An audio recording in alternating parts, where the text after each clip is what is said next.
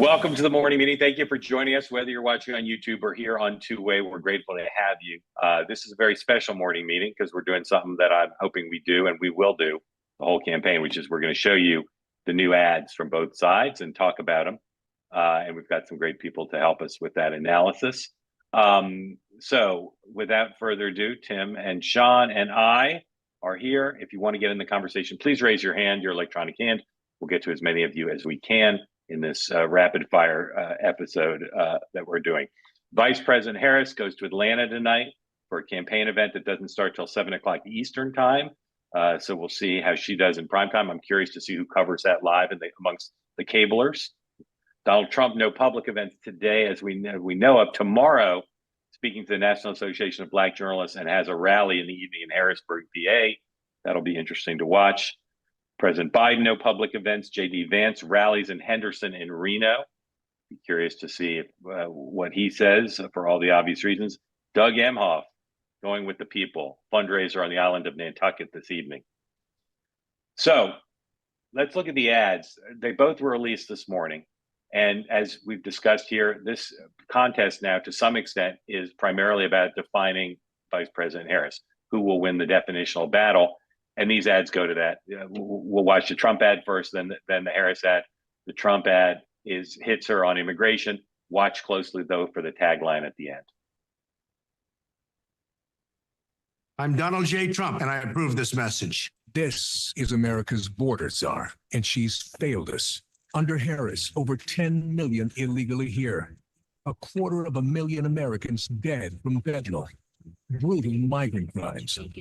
And ISIS now here. Do you have any plans to visit the border? You haven't been to the border. And I haven't been to Europe. I mean, I don't understand the point that you're making. Kamala Harris, failed, weak, dangerously liberal. All right, so they've replaced 4 words, make America great again, with failed, weak, dangerously liberal. Sean and Tim, your quick reactions, and then I'm going to bring two veteran ad makers in to say what they think of this spot. Tim, what do you think? I feel like it's swung almost a little bit too much from they're throwing the kitchen sink at her. They don't know exactly what they want the message to be to just a solo immigration message. I get it's a strong message for them. I get if they can tie her to that. It's important for them. I also understand dangerously liberal, right? In particular for women, in particular for women of color. They're already viewed that way, and they're going to continue to paint her that way. So I mean, it's an okay ad, but it's one issue. I don't know, and there's pushback that the campaign can do on this. So which is what, Tim? What a couple of things. One, I think, look, signed executive order, decrease the flow of unauthorized crossings, has a bipartisan immigration bill in Congress written by conservatives that got tanked by Trump. Like, I think there's a story to tell there and pushback, and I think they might go that route. Sean, what do you think of that spot? Hi. So first of all, I think it was issue focused, right? And it's one of the key issues, immigration and inflation / economy, that matter. So when you're going to do an ad, I mean, the primary purpose of the ad, and I'll let the ad makers talk about this, is to actually persuade people that are not with you to support you, not to get people who are already with you to be happy with you. If this ad hits persuadable voters, I think it's compelling. It talks about ISIS. That's scary. You go back to 2004, Bush versus Kerry. The idea was to scare people into believing that you need to be safe. We provide the safety. They don't. I will tell you, talk about good timing. The headline of today's coming out of this morning's Washington Post is about the surge of Chinese migrants entering the southern border. So again, it plays in nicely to what's happening. I think it creates a sense of fear that capitalizes on what people are thinking and believing every day. And again, issue focus. So I give them a lot of credit for this. I suspect we'll see that tagline in other spots. Alex Castellanos, Republican ad maker. Hank Morris, veteran Democrat, made a lot of ads too.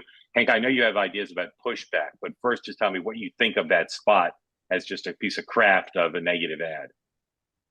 So I thought it was good. I think it's effective. I'd be a little bit worried it might be over the top because it's not really believable that she did all those horrible things. Huh. Okay. Alex, what do you think? Damn it. Hank is right again. I think it's a good ad. It's a good, solid ad. but more reason we have to lock Hank up again for the duration. I like its light touch. If part of the ad making business is let the viewer participate in reaching the conclusion of that you want them to achieve. Otherwise, you're just talking at them.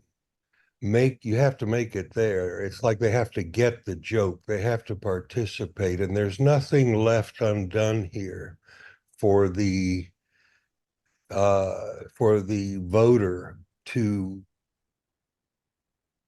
be part of the process. It's like there's no place for them to get the joke. So, Yeah. but that's the Trump campaign. It's sledgehammer. Yeah.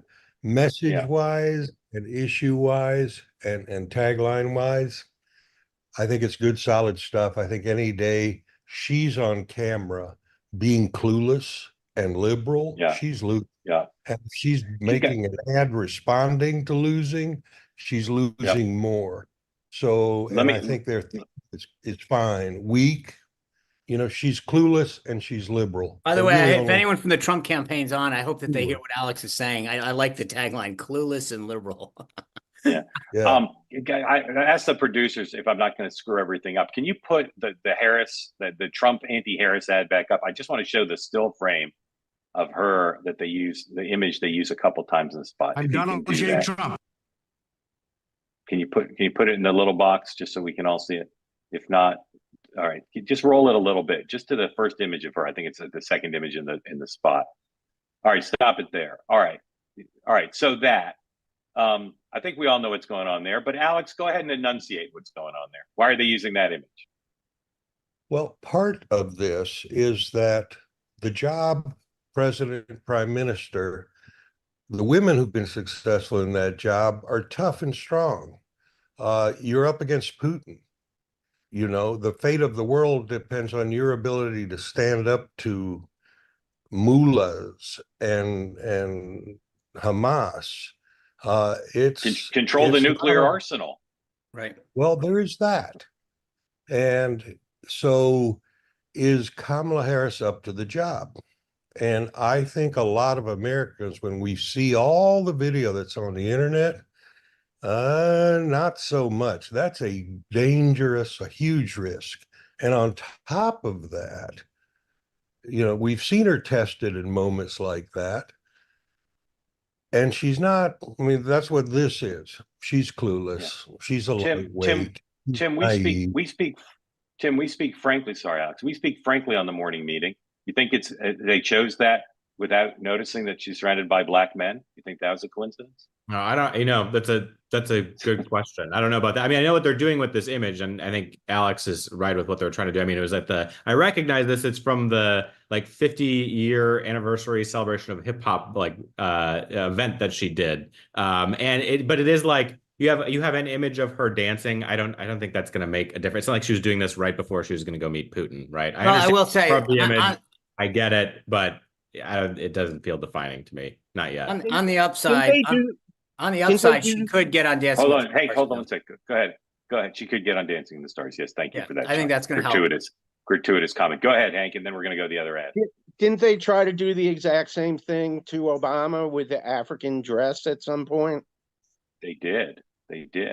And that worked really, really well. Obama, a man, found ways to show toughness on foreign policy. He got to Hillary Clinton's right, for instance, on some issues, despite her reputation for toughness, and even to McCain's right on some issues. It remains to be seen how she's going to do that, if she needs to do that. All right, take everybody down. Let's go full screen. Hold on. Let's go full screen and show. This is a 1-minute ad from the Harris campaign. And I will say I'm a little skeptical they're really going to buy 60 seconds of broadcast television time in the battleground states. This might air a lot if they want to spend a lot of money, or it might be that this is a earned media play. It's, I think, a great spot. I'll tip my hand. I'll go ahead and play it in full, and then we'll talk about it. The one thing Kamala Harris has always been: fearless. As a prosecutor, she put murderers and abusers behind bars.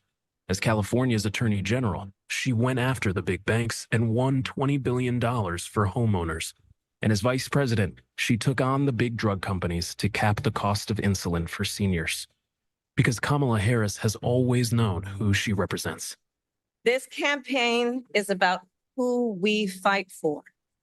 We believe in a future where every person has the opportunity not just to get by, but to get ahead, where every senior can retire with dignity. But Donald Trump wants to take our country backward, to give tax breaks to billionaires and big corporations and end the Affordable Care Act. But we are not going back. I'm Kamala Harris, and I approve this message. So the way that played, for some reason, we couldn't hear the music. There is music under that. It's not just as stark as at least it sounded to me. So let's bring everybody back, all four guys, and let's start with Sean this time. Sean, what did you think of that for opening salvo from the campaign? I get the theme, fearless. I understand why they wanted to pursue that. Makes sense. I thought the ad put me to sleep. It was boring. It was too long. I don't see how it's compelling at all. So for you, it has a bad beat. You can't dance to it, as Dick Clark would say. I can't dance, but yes. Yeah. Tim, go ahead. I think it's good. I think it's doing what it has to do. It shows that she's tough. It shows that she has chops as a prosecutor and a DA. It's something that they're saying in every statement. If you watch anything coming from Brian Fallon right now, it starts with, as a prosecutor, as her history as attorney general, to play up her toughness. And I think it does a good job of introducing a little bit of biography, a little bit of positive issue, a little bit of contrast. 60 seconds is a long time, to Sean's point, but this is what you have to do when you're making a huge introduction to the country. So I think it's a good ad. I guarantee you that a very high percentage, and I guarantee you the campaign thinks this, a very high percentage of the voters who will decide this election are wholly unfamiliar with the facts presented in that ad. So Hank and then Alex, what do you guys think? No, I think it's professional. I think it's really solid. I'm sorry it didn't happen a month ago. Yeah, that's a good point. Alex? I thought the first half was great. It was serious. It was the strong, tough leader that we were just talking about. I love that it didn't have music because it was just non-political. So I hope they run it the way you did. I thought the second half, the ad was great until she showed up and kind of counter messaged the front half of the ad. She wasn't sticky for the first half. And I do think we're all going to see more 60-second ads because the market has fragmented. It's hard to persuade people and reach people.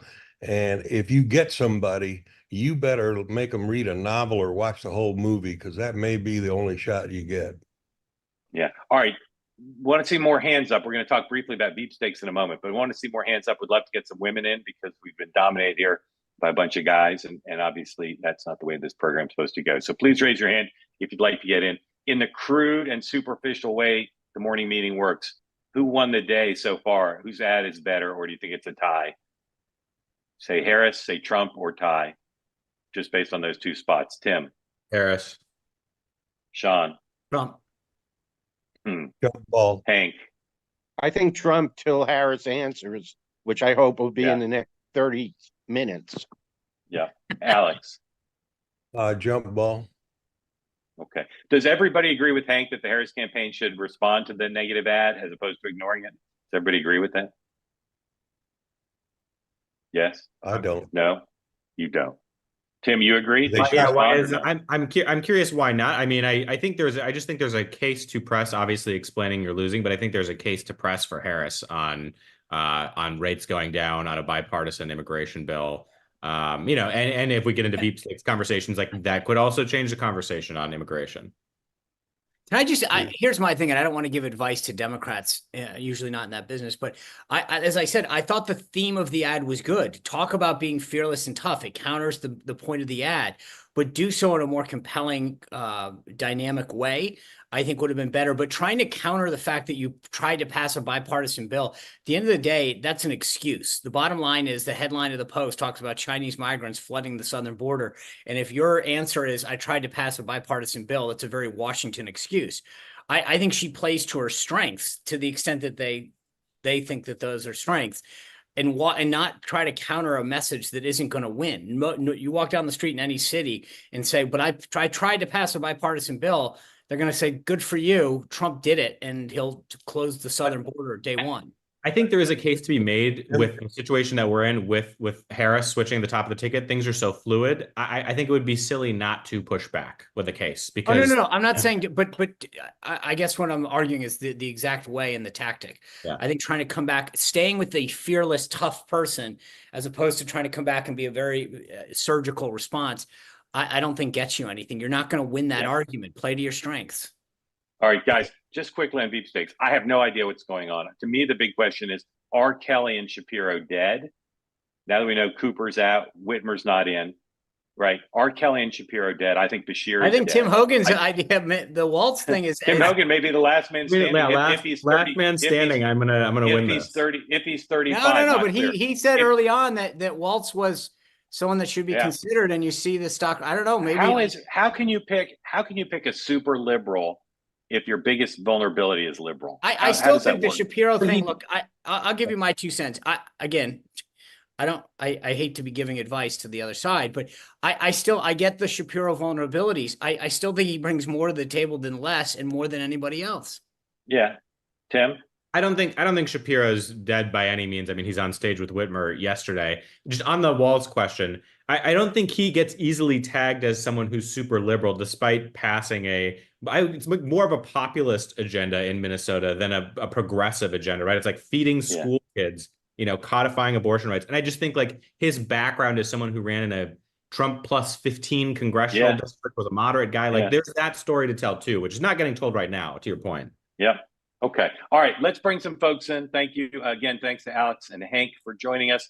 Let's bring in Janet and Jen together and ask you both to unmute, and let's just all have a chat together. Janet, you first. What's on your mind?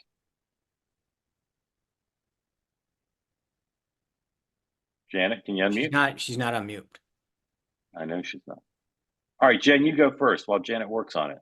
I think especially the part where Harris is shaking hands with the industrial workers, all of those kinds of things seem very staged with Harris. I don't think she exhibits a comfort around people. Even the Hollywood things and the Obama thing, they're all just cringy because they're so fake and inauthentic. I mean, the message remind the new people who you're voting for. I'm voting for Trump, and I live in Oklahoma, Middle America. Yeah. Okay. All right. Thank you. What did you think? Did you find anything appealing about her ad? I love the part at the very beginning about her as a kid and growing up.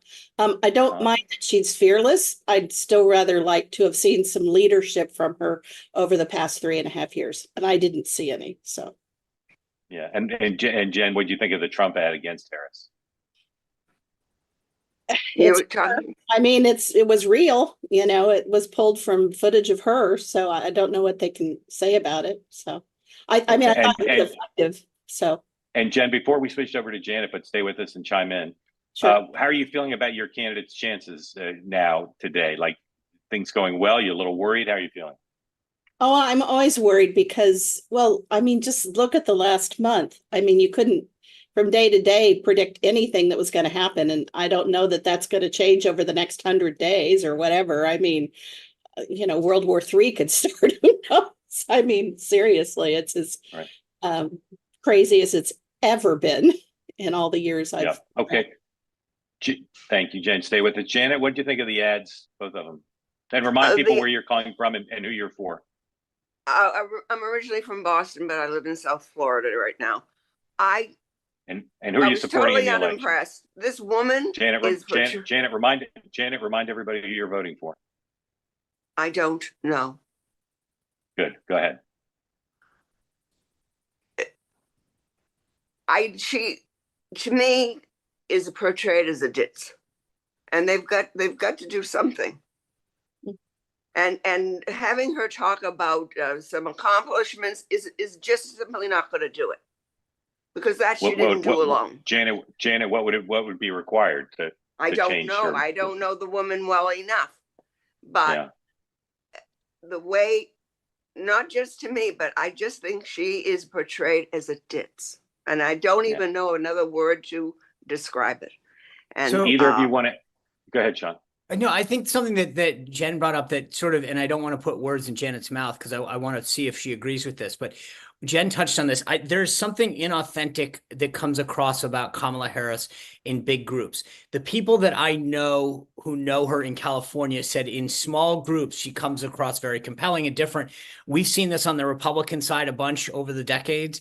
And there's something, whenever you talk to Republicans, even the ones that don't like some of Trump's antics or whatever, say, you know what, you get what you pay for. He's authentic. He's real. And that is a contrast that I think comes out, especially when these ads are next to each other. There's a level of authenticity that comes across when you see Trump. Kamala just has a hard time in ads and in big groups looking like it's real and authentic. It looks like everything is staged down to the laugh. I'm hearing like 2016 all over again, going through this cycle. It's like questions of authenticity. Like, well, hopefully we have the same outcome. We want to vote for a woman, but not this woman. There's something about this woman. But see, Tim, can I just, why do you, why do you, look, I'm just it's saying, not about, I didn't say the word woman. Why is it? Totally. But Sean, I'm just saying like this, I'm just saying, and I'm hearing the same things, and it is a hurdle that we have to overcome. I'm not even saying all of it is explicit sexism. It is just these embedded questions that women in power frequently have to address. Lisa, go ahead. Hold on, guys. Hold on. Lisa, go ahead. That's true, but a Jean Kilpatrick, she is not. Okay, Lisa, go ahead. Tell everybody where you are, who you're supporting, and what's on your mind. Good morning, everyone. First thing I have to say is that I'm in Dutchess County in Purple Country in New York. I'm firmly in the Harris camp. And I also have to say to Sean, go Camels. Class of 87, a little older than you. But the only thing I wanted to observe, and I really appreciate this forum, I'm kind of addicted.